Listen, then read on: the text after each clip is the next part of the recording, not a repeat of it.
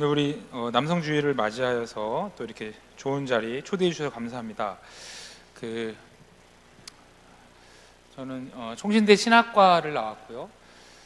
중간에 IVF라는 단체에서 간사 일을 했습니다. 그리고 그 간사하면서 기독교 세계관, 또 기독교 가치관을 중심으로 강의하는 역할을 많이 하다가요.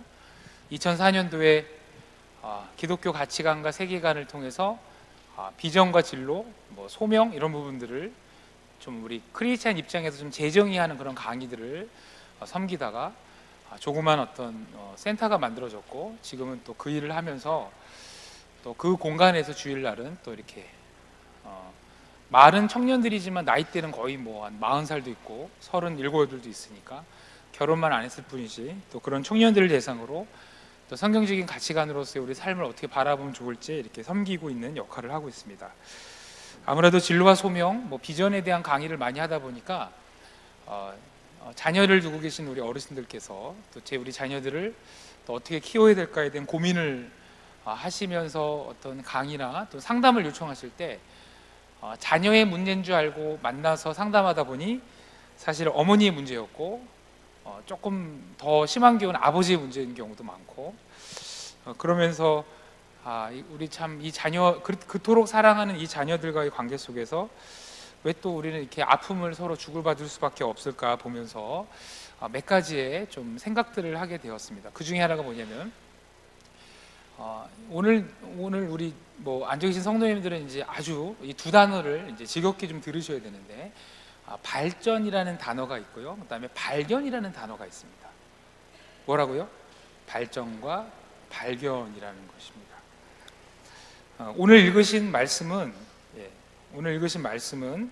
하나님이 인간을 지으시고 또 인간을 향해서 어떤 역할을 하시는지를 보여주는 일들을 하고 있습니다. 아담이 하는 일 중에 하나는 뭐였냐면, 하나님이 만드신 이 우주 만물 속에서 그 만물들을 만나면서 이름을 짓는 일을 하였던 것입니다. 다시 말하면 발견하는 일을 하였던 것입니다.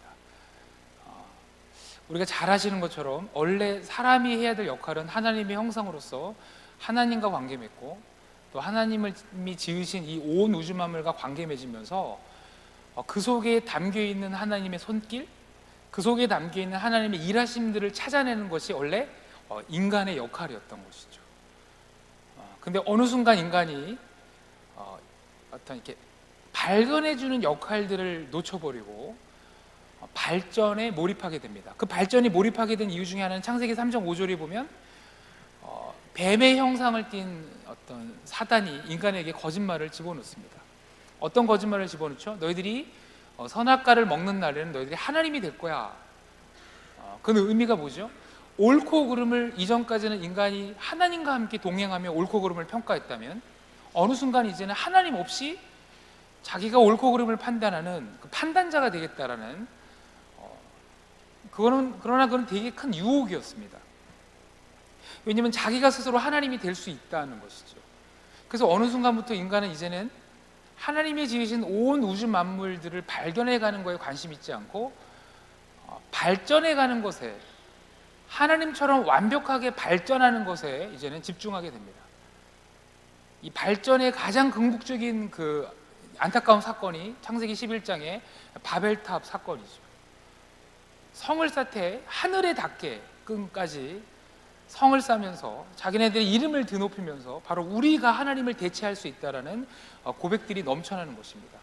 여러분, 발견해야 될 인간들이 발전에만 지목할 때 어떤 일이 벌어집니까? 관계가 깨어지기 시작합니다. 관계가. 우리 옆에 있는 분한테 한번 이런 축복을 한번 해보실까요? 사랑합니다, 존중합니다. 한번 인사해 보실까요? 사랑합니다, 예, 존중합니다. 예. 참 놀라운 것은 사람들은 일을 하는 능력이 있다고 생각하지만 엄밀히 말하면 사람은 관계를 만들어내는 능력이 있습니다. 방금 옆에 있는 계신 분이 이제 사랑합니다, 존중합니다 인사하면요, 사람과 사람 사이에는 눈에 보이지 않는 관계가 존재합니다. 그 사랑합니다, 존중합니다 말이 올 때 이 관계가 되게 훈훈해지죠. 만약에 옆에 있는 분이 나한테 사랑합니다, 존중합니다 이렇게 인사했는데 별로 마음이 안 좋다, 상담 받으셔야 돼요. 대부분 원래는 좋으셔야 되는 게 정상이죠. 사람은 일하는 데 능력이 있는 게 아니라 관계를 만들어냅니다. 그래서 한 사람은 평생 동안에 관계를 만들어냅니다. 그래서 우리 그런 거 있지 않습니까? 이렇게 도란도란 얘기 나누시다가 누군가 문을 열고 딱 들어올 때 저 사람과의 관계가 별로 안 좋으면요, 그 사람이 들어오는 즉시, 또 그 사람이 또 관계를 잘 맺는 사람이 아니라면 그 사람이 들어오는 즉시 이렇게 모여있는 분들이 막 해체됩니다. 이렇게 아차, 뭐 집안에 뭐 놓쳤던 일이 막 떠오르고, 나 사실 어디에 뭘 일을 했어야 되는데 미안해, 그러고 다 떠나죠. 반면 문 열고 들어오는 사람이 관계를 잘 맺는 사람이다라고 하면 그냥 반가워하며 어서 앉으라고 합니다. 사람의 능력은 관계를 만들어냅니다. 중요한 건 어느 순간 인간이 발전하는 존재, 능력을 많이 가져서 발전을 많이 이루어서 대단한 존재가 되어야 된다는 그 생각 속에서 서로를 발견해주는 이런 관계들이 많이 깨어지고, 감사합니다. 예, 감사합니다. 예, 제가 무리 없음을 발견해 주셔서 또 이렇게 해주셨습니다. 감사합니다. 감사합니다. 무리 없음을 발견해 주셨어요. 여러분, 그래서 저희가 이제 청소년들을 만나서 많은 상담을 하면요, 너무 슬픈 게 뭐냐면 청소년들이 처해져 있는 이 환경이요, 여기서부터 우리 부모님의 역할, 또 아버지의 역할이 되게 중요한 역할이 나오는데요. 저를 비롯한 우리 또 청소년, 또 우리 여기 계신 성도님들이 먹고 살기 위해서는 어쩔 수 없이 이 사회 속에 적응해야 되는데, 이 사회는 엄밀히 말하면 발전을 위해서 존재하는 사회입니다. 그렇죠? 발전을 위해서 존재하기 위해서는 늘 뭐가 필요하면요, 효율성이어야 됩니다. 효율성, 능력이 있어야 됩니다. 짧은 시간에 누가 더 많은 문제를 잘 풀어내는가, 이걸 효율성을 측정하는 거죠. 특별히 어떤 효율성이죠? 개인의 효율성입니다. 시험 문제를 풀 때 서로 의논할 수 있을까요?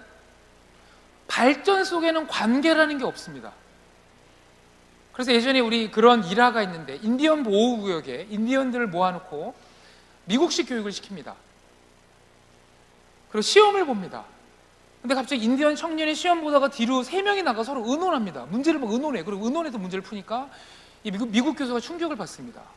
너희들은 그건 부정행위야 했더니, 이게 왜 잘못된 거죠? 우리는 선조로부터 살다가 어려운 일을 만나면 서로 도우라고 배웠다. 문제를 풀면 되는 거지 혼자 푸는 것만이 중요한 게 아니지 않습니까? 사실 우리가 한 200년, 아무리 길게 잡아도 인류 역사의 300년 정도만 옆에 있는 사람들을 잘 경쟁상도로 여겼지, 원래 인간은 관계 속에서 서로 발견하고 서로 함께 살아가는 것이 자연스러운 삶이었던 것입니다. 그러나 우리가 살아가는 지금 이 시대는요, 관계를 잘 맺는 것을 어느 학원에서도 가르치지 주지 않습니다. 오로지 경쟁에 이기는 능력, 발전에 쓰임받을 수 있는 기능적인 것만을 교육을 받습니다. 그래서 여러분, 그러나 삶을 살아갈 때 가장 많이 필요한 능력 중에 하나는요, 발전이 아닙니다. 실제 우리가 살아가는 삶은 발전으로 이루어지지 않고 발견으로 이루어집니다. 제가 한 번은 그런 상담을 많이 하는데요, 우리 그 33살짜리 자매가요, 33살짜리 직장 다니는 어린 자매죠. 와서, 목사님, 제가 아무래도 이제 진로 상담 쪽이고 소명 쪽이고 어떤 이런 또 직업에 관련된 강의를 하다 보니까 저는 게을러진 것 같아요. 저는 게을러졌어요. 그래서 자매 왜 그런 말을 하죠? 했더니 제가 원래 27살, 8살만 해도 회사에서 일을 동시에 한 4개를 했대요. 4개를. 일을 정말 잘했대요. 일을 잘한다는 칭찬을 받았대요. 근데 지금 33 되고 몇 년 흘렀더니 일을 더 잘해야 되는데, 그 당시에 4개를 했으면 지금 한 6, 7개를 해야 되는데 이제는 일을 하나밖에 못해요. 저는 게을러진 것 같아요. 그래서 제가 그건 자매가 게을러진 게 아니라 미안하지만 자매가 늙은 거야, 이렇게 늙은 거야. 이 자매가 막 충격을 받는 거죠. 그럼 어떡하죠? 제가 이제는 일을 옛날만큼 더 잘하지 못한다는 것을 받아들여야 된다는 거죠. 사람은 일을 계속 잘할 수 있지 않습니다. 개나리가 3월 달에 피면 3월 말에 개나리가 지지요. 3월 달에 핀 개나리가 4월 달에 더 커지고 5월 달에 더 커지고, 뭐죠? 12월 달에 왕개나리, 이게 될 수가 없습니다. 자연도 질 수 있는데 우리가 살아가는 이 시대는요, 사람이 좀 쇠퇴할 수 있다는 것을 받아들이지 못하고 늘 발전해야 된다는 중독 속에 우리가 살아갑니다. 우리 좀 조심스러운 표현이지만 옆에 계신 분들한테 한번 이렇게 인사해 보실까요? 우리 성도님은 작년에 비해 발전하셨나요? 한번 여쭤보실까요? 예. 성도님 작년에 비해 발전하셨나요? 예. 예. 사실 우리가 저도 제가 이제 시중에 책을 한 몇 권 쓴 게 있는데요.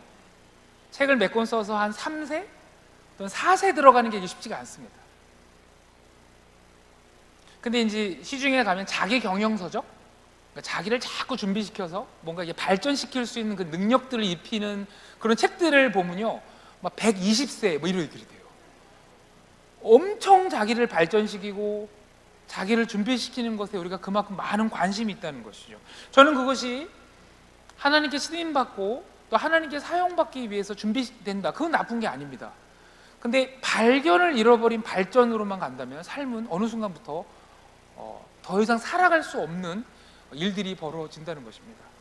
옆에 있는 성도님을 향해 작년에 비해 좀 발전하셨나요? 이런 그 질문에 누구도 시원하게 발전했습니다 라고 할 수 없습니다. 왜냐하면 뭐가 발전됐다는 걸 어떻게 측정하죠?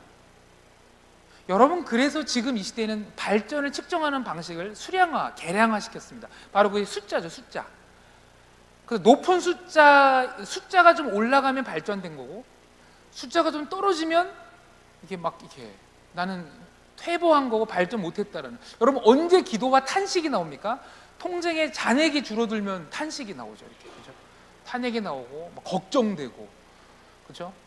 뭐 아무리 우리 이 나라 이 민족적인 상황이 어떻게 통장에 잔액이 올라가고 지평수가 늘어나면 좀 안심이 됩니다. 그치, 난 시간 속에 발전해 왔어.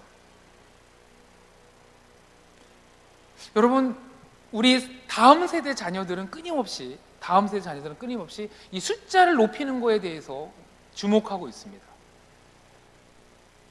숫자가 안 올라가면 불안해하고요, 숫자가 떨어지면 막 어려워하고요. 어쩌면은 이런 발전이라는 중독 속에서 하나님이 원래 우리에게 주신 이름 짓기, 하나님이 창조하신 우주 만물을 바라보며 발견하고 느끼고 표현하고 서로를 찾아주는 역할들을 많이 놓치고 있는 것입니다. 어느 순간 우리는 하나님이 날 사랑한다는 그 방식도 내가 발전하면 하나님이 날 사랑하는 것이고, 내가 발전하지 못하면 하나님이 날 사랑하지 않는다는 오해들이 됩니다. 그래서 우리는 이런 생각합니다. 하나님이 날 사랑하신다면 내가 발전할 수 있도록 나에게 능력 주셔야지. 능력을 안 주신다면 하나님이 날 사랑하시는 거 아니다라는 거죠. 저는 그래서 제가 신학교 1학년 때 열등감이 많았습니다. 신학생인데도 불구하고 열등감이 많았던 이유가 뭐냐면, 하나님이 날 사랑하신다면 좀 내가 내 삶을 발전시킬 수 있는 능력을 좀 주셔야 되는데 능력을 자꾸 안 주시는 거예요. 그러니 날 안 사랑하시나? 거기다 저는 또 외모에 대한 열등감이 많았어요. 외모에 대한. 같은 신학과 동기들 보면요, 조각처럼 생긴 신학과 아이들이 있어요. 이렇게. 쟤네는 왜 신학교 왔지? 모르겠죠. 그때는 이제 저것들은 왜 왔지? 뭐 이렇게. 쟤네는 여기 안 와도 될 것 같은데 이렇게. 하나님 왜 저들은 조각처럼 만들고 나는 왜 대충 만들어? 뭐 이거 대충 버무리다가 구멍만 뚫어놓은 것 같고. 사실 우리 안에는 끊임없이 열등감과 비교의식들이 있어요. 여러분, 그것이 부모된 입장에서도 계속 그렇습니다. 자녀들을 향해서 어떤 부모님이 좋은 부모님이죠? 너희들을 발전시켜줄 수 있는 부모가 너희들을 이렇게 발전시켜줬어야 되는데, 내가 그렇게 시켜주지 못한 능력 없고 돈 없는 부모구나. 거기서부터 많은 슬픔들이 생겨나고 자녀를 대하는 태도들이 많이 왜곡이 벌어집니다. 정말 괜찮은 부모는요, 하나님이 우리 자녀에게 어떤 손길로 만지셨는지 그 자녀들을 발견해 주는 게 우리 부모의 역할인데도, 뭔가 부모님이 이 세상 속에서 사람들이 막 나를 향해 우러러보고 뭔가 남부러울 거 없는 환경들을 제공하고, 그래서 뭔가 이 아이들로 하여금 남들보다 더 빨리 효율적으로 발전해 갈 수 있는 걸 도울 수 있다면 그게 괜찮은 부모가 아닌가라는 생각들을 부모님들도 하시고 자녀들도 하기 때문에 부모와 자녀 관계 속에서 진정한 만남이 사라지고 서로에 대한 발견들이 사라지는 것입니다. 특별히 세상에서는요, 그래서 그러다 보니까 경쟁을 통해서 조금 이기면 발전한 것 같고 지면 좀 후퇴한 것 같고. 우리 한번 잠깐 둘둘 한번 짝을 지어 보실까요? 둘둘 가위바위보를 잠깐 한번 해보실까요? 가위바위보. 예, 가위바위보.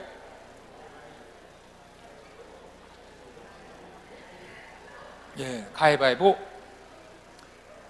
여러분, 가위바위보 이기신 분 손 들어보실래요? 예. 가위바위보는요, 원래 경쟁이라는 것은 이기는 자가 있으면 반드시 지는 자가 있습니다. 근데 우리가 어느 순간부터 이렇게 뭔가 이겨서 남들이 날 부러워하고 내가 좀 발전하는 것 같으면 거기에 영적인 의미를 막 부여하기 시작합니다. 가위바위보 이기신 분 손 들어보실까요? 예. 이런 분들을 향해 이제 하나님이 사랑하신다 이러면 안 되는데, 그러면 가위바위보 진 사람 뭐가 되죠? 여러분, 사실 요의 얘기가요, 우리 자녀들이, 심지어 우리 부모님들도 이것 때문에 괴로워합니다. 그래서 자녀들을 대할 때 늘 패배감으로 대하고, 아빠 엄마는 사실은 늘 이긴 자가 아니었어, 미안해. 사실 미안해 하는 순간에 사랑해, 야 하나님이 널 이렇게 만드셨구나, 참 귀하다 라고 해야 될 발견의 언어들이 많이 필요한데, 우리는 그 말보다는 늘 승리의 언어, 경쟁의 언어, 이기고 짐의 언어, 발전했냐 안 했냐의 언어, 그죠? 여러분, 가위바위보 지신 분 왜 지셨죠? 질 수 있죠. 한 번만 더 해보실까요? 한 번만. 아까 복수하셔야죠. 복수. 가위바위보. 예.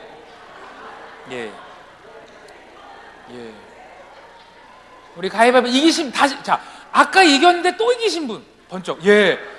하나님의 사랑 확증. 이러면 안 된다는 거죠, 그렇죠? 예. 근데 우리는 그러고 싶어요. 그래서 여러분, 제가 이제 청년들을 만나서 상담하다 보면, 청소년들을 만나 상담하면 안타까운 게 뭐냐면, 일이 잘 되는 순간에 신앙적으로 설명할 말이 참 많습니다. 그죠? 하나님 날 사랑하신다, 앞서 행하신다, 뭐 주님이 뭐 날 쓰신다, 이게 하는데, 일이 좀 안 풀릴 때는 그거를 설명할 수 있는 신앙적인 용어가 너무 없습니다. 그래서 겨우 찾아낸다는 게 이제 버렸다 나를, 뭐 이렇게 이럴 줄 몰랐다. 여러분, 아까 이겨주셨는데 또 이기신 분이 그걸로 자꾸 하나님의 사랑으로만 이렇게 여기신다면, 이분들은 어떤 두려움이 찾아옵니다. 어떤 두려움? 지는 순간을 이제 못 받아들입니다. 다시 말하면 발전이 안 되는 듯한 순간이 다가올 때, 그 순간도 해결할 수 있는, 그 순간도 발견하여서 이 순간 속에서 하나님 앞에서 발견하고, 또 나를 사랑하는 사람들과 함께 또 만나고, 뭐 이렇게 살아가야 되는데 질 때를 견디지 못하는 거죠. 다시 말하면 발전이 안 되는 순간 같은 순간을 견디지 못하니까 넌크리스찬들도 하지 않는, 조금 안 좋은 편으로 악랄한 방법을 통해서라도 이기고 봐야 돼 라는 일들이 벌어집니다. 여러분, 예수 믿는 사람들의 경쟁에 임하는 태도는요, 이기고 짐에 있지 않습니다. 이건 좀 어린아이 같은 마음으로 저를 좀 따라해 주시겠습니까? 감동을 주는 삶입니다. 그러니까 이겨도 감동을 주면서 이겨야 돼요. 왜요?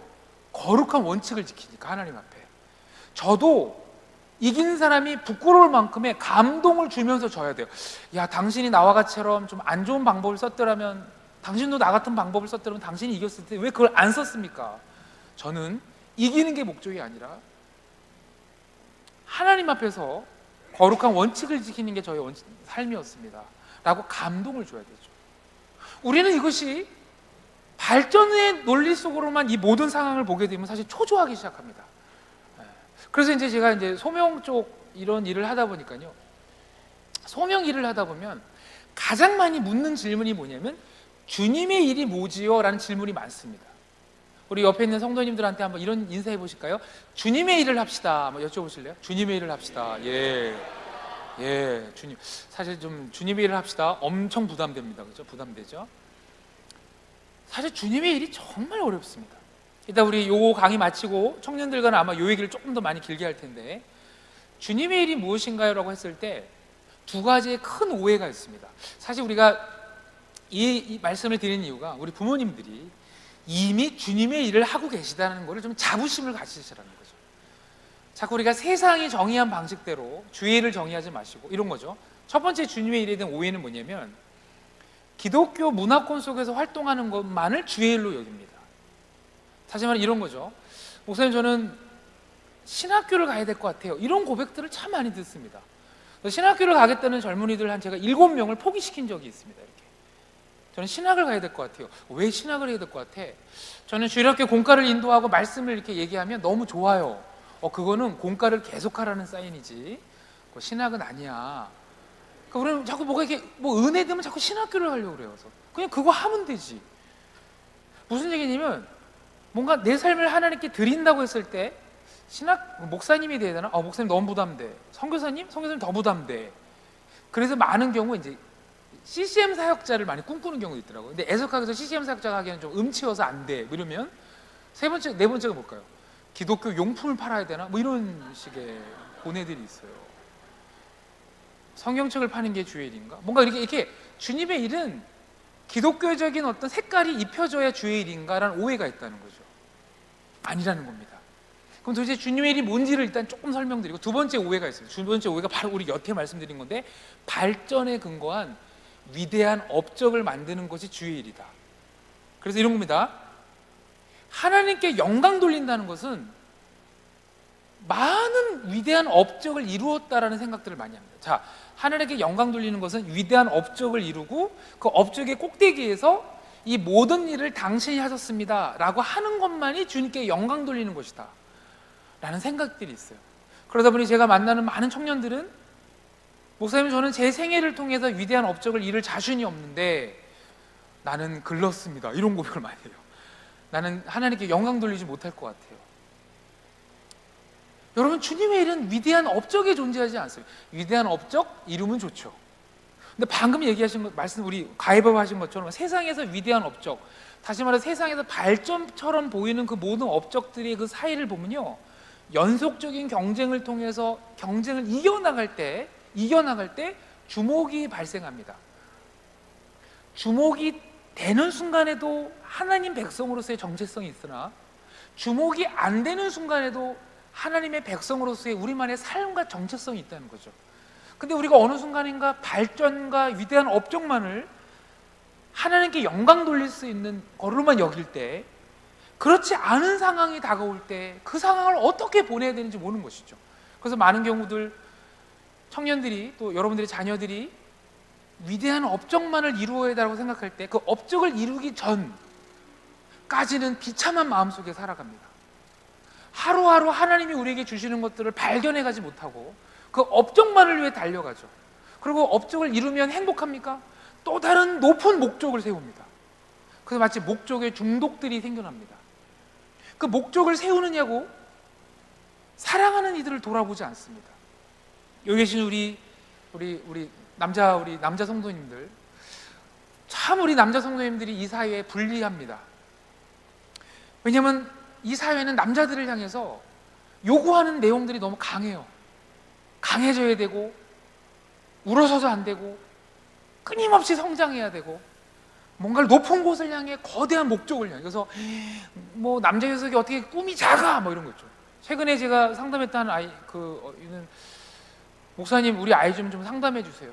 얘가 이 다음에 커서 미용사가 되려고 하는데, 남자인데, 근데 이 아이가 중고등학교 때 자기 꿈을 갖고 있다는 거. 물론 이제 대부분 그 꿈은 바뀌어갑니다. 우리 부모님을 너무 걱정하지 마시고 대부분 바뀌어가죠.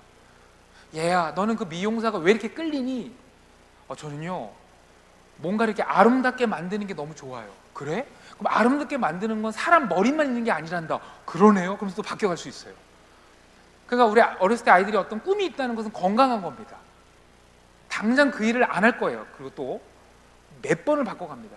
근데 대체로 우리 아이들이 어떤 꿈을 얘기하면 그 꿈이 크지 않으면 부모님이 막 이렇게 충격받고, 내가 너를 어떻게 키우는데 고작 꿈을 그렇게 얘기하고, 예전에 어떤 초등학교 4학년짜리 여자아이가 엄마한테, 엄마 나는 청소부가 꿈이야 이렇게 했다가 이제 맞았죠. 그래서 이제 그 여자애한테 너는 왜 이게 청소부가 좋으니? 나는 이렇게 교회에서 목사님, 전사님 설교 듣다가 자기가 갖고 있는 은사와 재능으로 이 세상을 좀 이렇게 잘 아름답게 만들어야 되는데, 내 재능이 뭐나? 방 청소를 내가 잘한다. 그러면 청소부 아닌가? 그래서 청소부가 생긴 거죠. 얘야, 뭐가 정리정돈을 잘하는 것은 경영이 될 수도 있고 기획도 될 수 있고 수많은 일들이 많단다.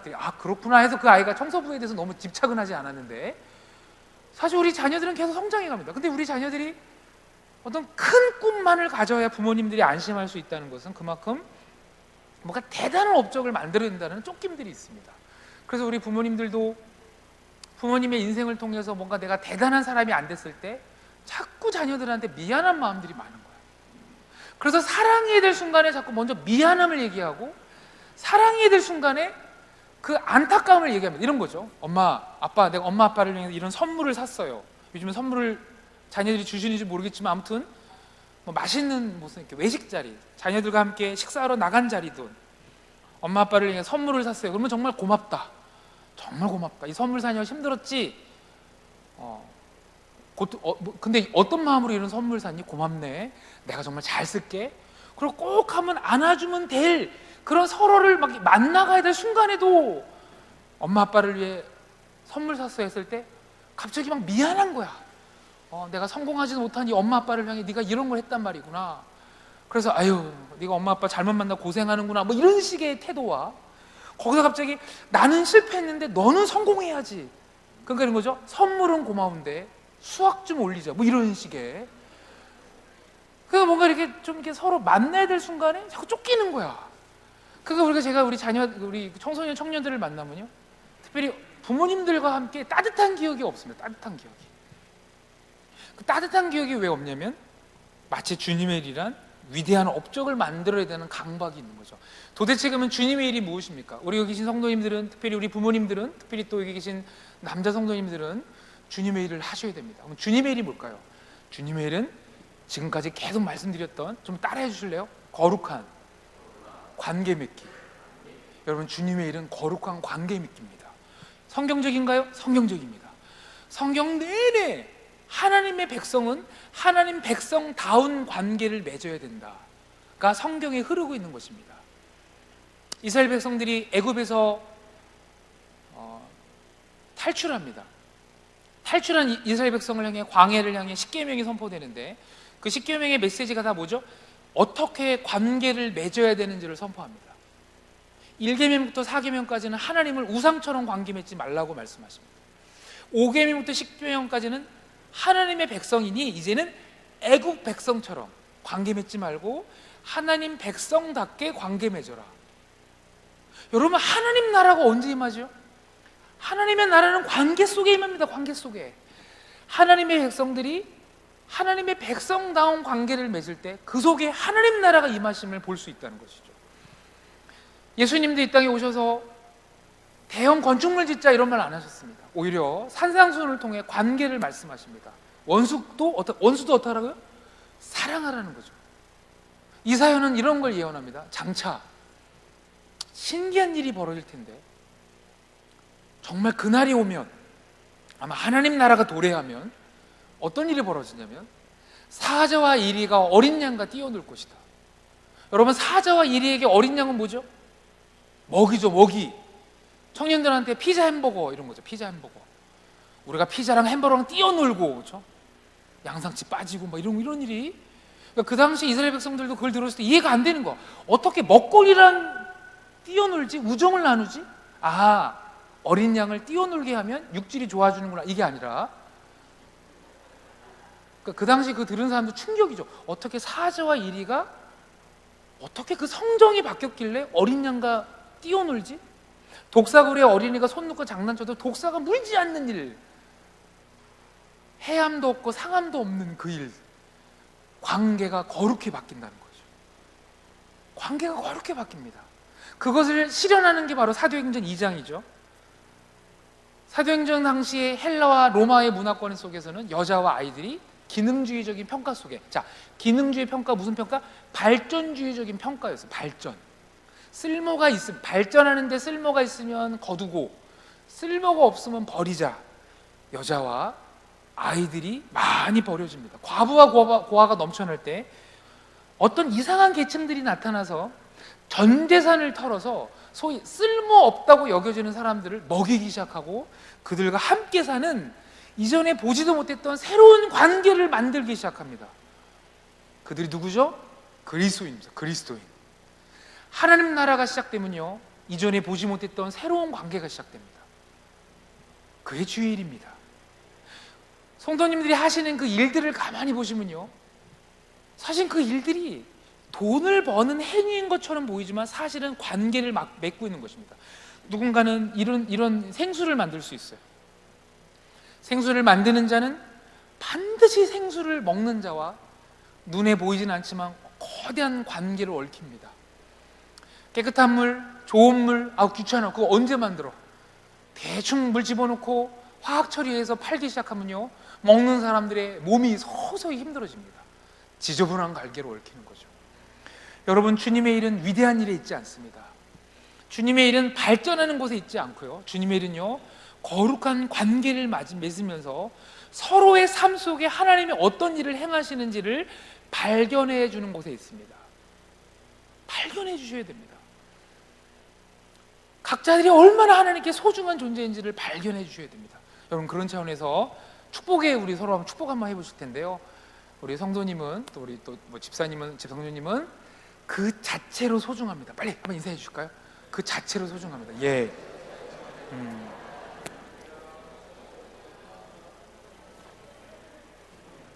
지금 이곳이 우리가 발견을 해주시는 거예요. 발견. 물론 우리가 소중함의 발견을 넘어 각 사람이 또 어떤 개성으로 이루어졌는지를 찾아주는 발견도 너무 중요하지만, 발전이라는 그 원리 속에, 발전에 중독되어 있는 세상 속에 한 사람 한 사람이 얼마나 하나님께 소중한지를 모르는 우리들에게 누군가가 찾아와서 당신의 어떠함에도 불구하고, 조건에도 불구하고 당신은 그 자체로 하나님께 소중합니다 라고 발견해 주는 것, 너무 중요합니다. 어쩌면 이것이 우리 바로 성도님들의 역할이고 부모님들의 역할이고 남성들의 역할이었죠. 전 제가 청년 대학생 수련회를 다니면요, 별의별 친구들을 다 만나는데 조직폭력배, 수련회 조직폭력배가 왔어요.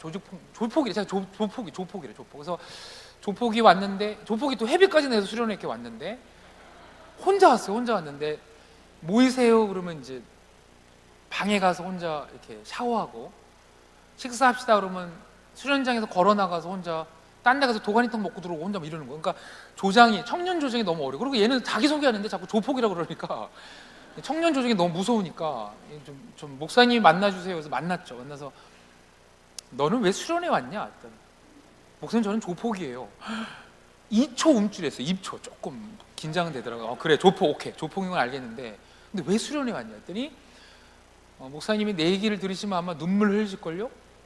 그랬더니 자기 라이프 스토리를 쫙 얘기하는데요, 전형적으로 발전에 중독되어 있는 곳에는요, 서로를 향해서 미워합니다. 분노를 품습니다. 분노. 너 때문에 내가 잘 못됐어, 이런 거죠. 이 아이는요, 6살 때부터 엄마한테 너는 태어나지 말았어야 돼 라는 말을 듣고 컸대요. 10살이 되니까 네가 이 땅에 태어난 이유가 뭔지 아냐? 너 죽으면 보험금 타먹으려고. 친엄마가. 얘는요, 죽으려고 싸웠대요. 죽으려고 싸웠는데, 죽으려고 싸우다 보니 이기더래요. 좀 놀라운 원리죠. 죽으려고 싸웠는데 자꾸 이기더래요. 그러니까 이제 그 지역을 이렇게 평정했대요. 그러니까 얘는 나 때려 죽여라, 먼저 쳐라 그러면 등치 큰 애가 안 치겠어요? 근데 웬만큼 때리면 대부분 애들이 미안해, 아픔을 두려워해서 미안해 이렇게 나가는데, 얘는 죽으려야 되니까 더 죽여, 더 때려. 그러니까 어느 순간 애들이 이상하다, 얘는 좀 싸움하는 애가 같지 않다, 그만하자, 그냥 친하게 지내자. 그러면 이제 그동안 네가 때린 거, 나 때린 거, 자기 서름을 담아서 얘를 이제 때리고 주여받고, 이제 한 명 한 명을 이제 제패해서 그 지역을 평정했다는. 그래서 조직폭력배에 눈이 들어서 거기에 이제 꼬봉이 됐다는 거예요. 꼬봉이 아니라 거기 이제 그렇게. 근데 수련을 왜 왔냐 했더니 이 아이의 말이 성령께서 이 아이를 만지신 것 같아요. 그래도 내가 태어난 이유가 다른 게 있지 않을까요? 이걸 얘기하더라고요.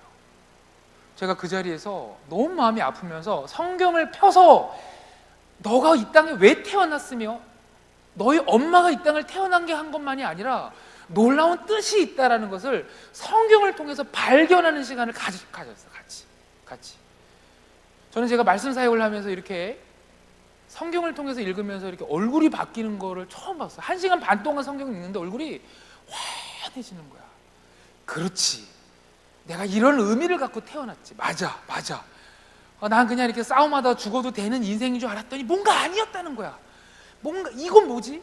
삶에 대한 애착과 내가 이렇게 태어난 것 같지 않다는 건 뭐지? 그렇지, 이거였지.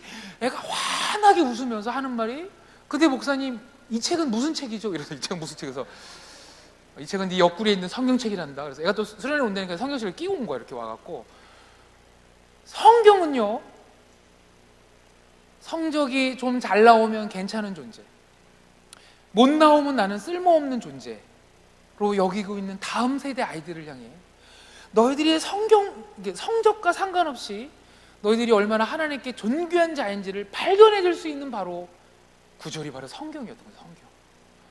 여러분, 우리 부모님들의 역할이 무엇입니까? 세상은 이미 발전에 중독되어 있습니다. 정해진 시간 안에 많은 걸 이루어라. 그거밖에 안 되니? 이미 입에 달고 사는 게 모멸이었어. 모멸. 왜요? 모멸감을 줘야 생산성이 올라간다. 그거밖에 안 되니? 칭찬하는 순간에는 칭찬이 거의 안 나와요. 세상은. 그죠? 당연한 거야. 마치 더해, 더해. 여러분, 그들은 언제쯤 관계와 발견을 배울까요? 가정에서 배워야 됩니다. 가정에서 내 자신이 얼마나 괜찮은 존재인지를 입증하지 않아도 그 자체로 소중하다는 것을 가정 속에서 배워야 됩니다. 애석한 것은 우리의 가정이 발전이 침투해 들어오기 시작합니다. 우리의 부모님들이 자녀들에게 자꾸 매니저가 됩니다. 자녀들이 공부가 힘들다고 얘기할 때 이걸 어떻게 하냐니 누르고 학원을 가게 해야 되는데, 그죠? 엄마, 나 공부가 너무 힘들어요. 그래, 학원 가야지. 뭐 이런 대화들. 어느 순간 자녀들은 대화를 안 하기 시작하죠. 여러분, 어쩌면 우리 어머님들보다 아버님들이, 또 남성들이 이런 발전에 대한 그리고 또 우리가 군대를 다녀오면 전형적인 군대야말로 이 효율성과 주어진 시간 안에 적들을 타격하기 위한 그 효율성이 넘쳐나는 곳에서 어느 순간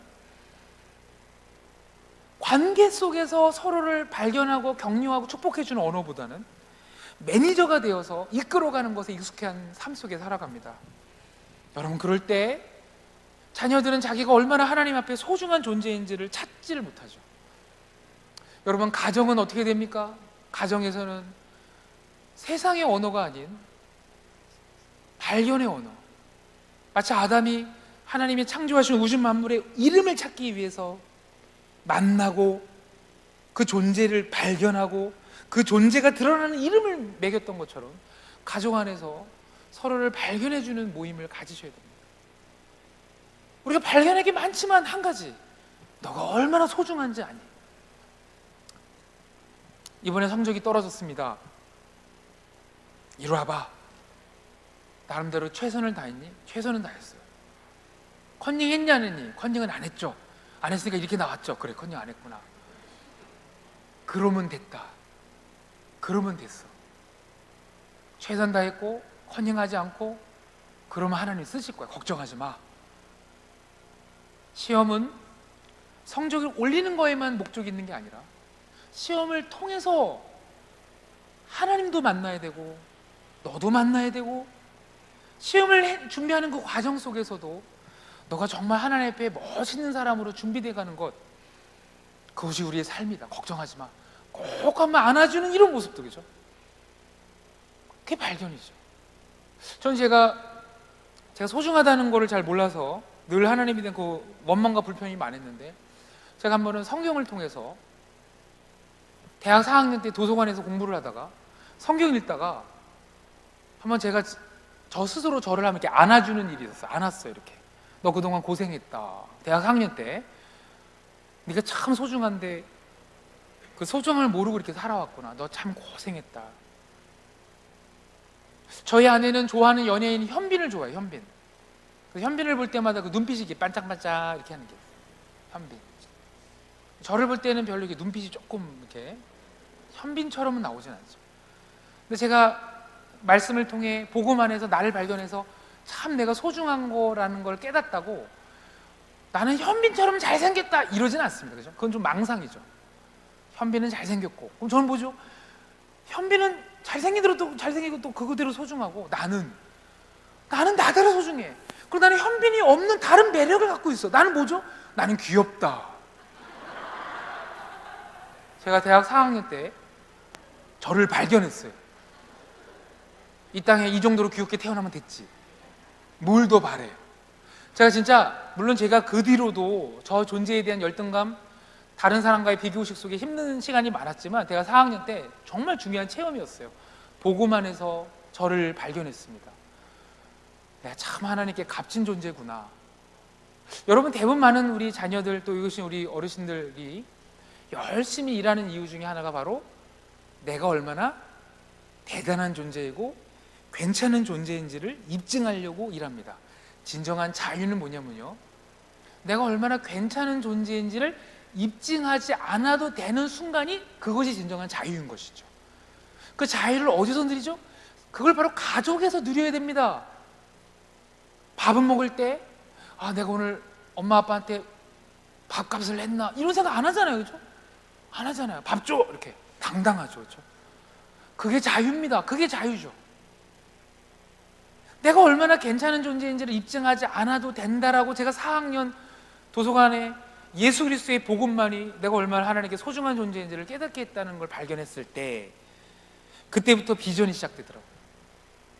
이전까지의 비전, 이전까지의 목표와 계획들은 내가 얼마나 괜찮은 사람인지를 입증하기 위해서 세웠다면, 더 이상 내가 괜찮은 존재인지를 입증하지 않아도 돼, 나는 자유함을 얻었을 때 진정한 비전이 찾아오더라고요. 그럼 나 이제 뭐를 위해 살지? 더 이상 내가 괜찮았다는 걸 입증할 필요도 없는데, 이미 예수 그리스도의 십자가가 내가 얼마나 하나님께 소중한 존재인지를 이미 선포하였는데, 그럼 난 뭘 위해 살지? 그렇지, 섬기자. 그렇지, 고통받는 이들을 품어주자. 가정에서만큼은, 특별히 교회에서만큼은, 부모님과 자녀만큼은, 남편과 아내의 관계만큼은 발전의 논리가 아닙니다. 서로를 향해서 발견해 줘야 됩니다. 얼마나 하나님께 소중한 존재인지를 발견해 줘야 합니다. 끝으로 그 발견담에 반드시 나와야 되는 게 있습니다. 한번 좀 따라해 주시겠습니까? 격려. 격려가 있어야 됩니다. 격려. 이 격려는 그냥 잘하고 있어, 잘하고 있어로 격려가 이루어지냐, 반드시 경청 다음에 와야 격려가 됩니다. 충분히 듣고, 아 그래, 근데 이미 우리 아들 너는 이거 참 괜찮아, 그냥 걱정하지, 이건 괜찮아, 참 이거 잘한다. 경청 다음에 와야 됩니다. 저 사람을 발견하고 타인을 발견하기 위해서는 그 사람의 말을 충분히 들을 수 있는 발견의 시간이 필요합니다. 여러분, 제가 생뚱맞은 말을 할 텐데요, 지금 제 주머니에 지금 뭐가 있을까요? 제가 이런 말하면 이제 청년들은 눈치가 빤해서 방금 이제 손이 들어갔으니까 손이요 이렇게 하기도 하는데, 손 말고요, 주머니에 뭐가 있을까요? 여러분, 제 주머니 속에 있는 무엇인가는 제가 꺼내서 여러분들에게 보여주기 전까지는 여러분들이 함부로 예측하거나 알 수 있는 게 아닙니다. 그죠? 기다려야 됩니다. 그 사람이 자신의 이야기를 할 때까지 기다려야 주는 거죠. 그래야 발견이 됩니다. 섣불로 예측하면 안 됩니다. 목사님 조금 뚱뚱해 보이니까 혹시 초콜릿? 이러면 안 되죠. 초콜릿? 초콜릿 있을 거야, 반드시 있을 거야, 이러면 안 됩니다. 그러면 더 이상 그 사람이 주머니는 궁금하지가 않아요. 여러분, 저는 우리 부모님들이 자녀들과 대화하고 또 서로 배우자분들과 서로 대화할 때 너무 쉽게 빨리 예측을 합니다. 당신 이렇잖아, 그러니 궁금하지가 않습니다. 그러니 기다려주질 않죠. 그래서 서로를 향해서 발견하지 못하고 서로를 향해 기다리지 못하다 보니 급한 마음이 생깁니다. 설교를 좀 정리하겠습니다. 하나님은 우리에게 바벨탑을 쌓기만을, 그렇다고 우리가 지금 살아가는 이 사회를 무조건 나쁘다만 볼 수 없습니다. 그 사회 안에서도 얼마든지 우리가 하나님의 백성으로서 서로를 발견해주고 서로에게 사랑하고 섬김해줌으로 우리 일들과 역할을 해내갈 수 있습니다. 그러나 우리가 애석하게도 우리가 배웠던 교육이나 그 모든 교육은 경쟁의 교육이었고, 짧은 시간에 많은 걸 풀어내는 효율적인 교육이다 보니 하나님이 우리에게 허락하신 사람들을 깊이 만나는 연습들을 우리가 많이 못했습니다. 하나님의 나라는 관계 속에 임합니다. 먼저 그 관계 속에 서로를 향해서 기다려주고 참아주고, 그 사람이 얼마나 하나님께 소중한 존재인지를 찾아주는 그 발견의 일들이 결국은 우리 자녀들이 험난한 세상들을 살아가고 또 우리 서로 배우자 되시는 분들이 그 험난한 인생 속에, 험난하다는 게 내가 얼마나 하나님께 소중한 존재인지를 자꾸 까먹게 만드는 그런 패배감과 낭망의 순간들이 찾아올 때마다 우리가 서로에게 거룩한 발견들을 해나갈 때 그 속에서 하나님의 백성들로 살아갈 수 있는 든든한 힘을 얻을 것입니다. 바로 그 역할들을 우리 부모님들이, 바로 그 역할들을 우리 남성 성도님들이 또 하시는 것이 우리의 사명이 아닌가 싶습니다. 제가 잠깐 기도드리겠습니다.